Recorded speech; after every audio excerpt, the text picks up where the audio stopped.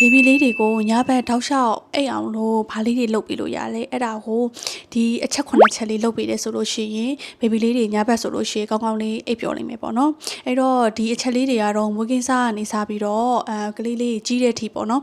ဒီလိုမျိုးလေးတွေလုပ်ပေးလို့ရတယ်အဲ့တော့ဘေဘီလေးတွေကဘယ်ချိန်လောက်ဆိုလို့ရှိရင်တော့ညဘက်တောက်လျှောက်အိတ်ကြတယ်ဆိုတော့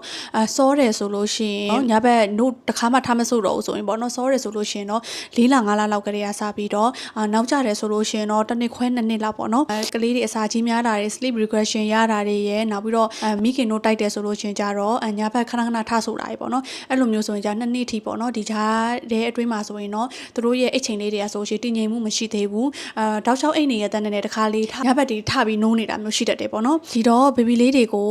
ဒီအချက်9ချက်လေးလုပ်ပေးရမယ်အဲ့တော့နံပါတ်1ချက်ကကြတော့ဒီညဘက်ကြလို့ရှိရင်အိတ်ချိန်ကိုပေါ့နော်တသက်မထည့်ထားပေးရမယ်ဥပမာညဘက်8နာရီအိတ်တယ်ဆိုလို့ရှိရင်8နာရီပေါ့နော်ဒီလိုမျိုးလေးတသက်မထည့်ထားပေးရမယ်နံပါတ်2ချက်ကတော့ဒီကလေးတွေကကြတော့အရင်ကြီးပင်ပန်းသွားအောင်လို့ပေါ့နော်အိတ်ချိန်တွေကိုမကြော်သွားစေနဲ့အရင်ပင်ပန်းသွားတာမျိုးအိတ်ချိန်တွေကြော်သွားတာမျိုးပေါ့နော်မလုပ်စေနဲ့လူကြီးတွေကကြတော်တော်များများကလေးတွေကညပင်ပန်းနေဆိုလို့ရှိရင်အိတ်မှာပဲပေါ့နော်ဒါပေမဲ့သူတို့အရင်ပင်ပန်းနေအိတ်ချိန်တွေကြော်သွားရဲဆိုလို့ရှိရင်ကြသူတို့ကပြောင်းပြန်ဖြစ်ပြီးတော့မှမဲအိတ်တာမျိုးတွေဖြစ်သွားကြပါတယ်နံပါတ်3ချက်ကတော့ကလေးကိုနေနဲ့ညနဲ့တိပါစေအဲ့တော့မနှက်ကြလို့ရှိရင်သူကဒီ9နာရီနဲ့10နာရီကြာနိုးရဲဆို9နာရီကြာရင်10နာရီကြာပေါ့နော်အဲ့အမျိုးလေးကိုတောက်လျှောက်နိုးပေးရမယ်နောက်ပြီးတော့လည်းမနှက်ကြလို့ရှိရင်မနှက်မိုးလေးပြီဆိုတဲ့ဟာကိုလည်းပေါ့အခန်းတကားလေးတွေဖွင့်တာအပြင်ကိုနေရောက်ကြီးပြပေါ့ဒါမျိုးလေးတွေလည်းလုပ်ပေးရမယ်နံပါတ်4ချက်ကတော့ဘေဘီလေးတွေကသူစပြီးတော့မှပေါ့နော်ညဘက်တောက်လျှောက်အိပ်ရတော့မဲ့အရွယ်ကြာလို့ရှိရင်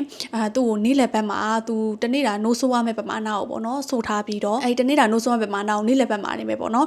တိုက်ပြီးသွားလို့ရှိရင်ညဘက်ရောက်တယ်ဆိုလို့ရှိရင်သူတို့ကကြတော့ဖိုင်ဝနေတဲ့ကြောက်ကောက်ကောက်အိမ်မှာဖြစ်ပါတယ်နံပါတ်5ချက်ကတော့ဒီညဘက်အိပ်ရဝင်ချိန် routine လေးကိုပေါ့နော်တေချာလေးထားပေးရမှာဖြစ်တယ်အဲ့ဒါကကြတော့ညဘက်ကြရင်ဗဒနာအိပ်မယ်ဆိုလို့ရှိရင်အင်ဂျီလေးလဲပေးမယ်နောက်ပြီးတော့ကိုလက်တန်ရှင်းလုပ်ပေးမယ်တကယ်တော့သွားလေးတွေပေါက်လာပြီဆိုရင်သွားလေးတွေတိုက်ပေးမယ်ပေါ့နော်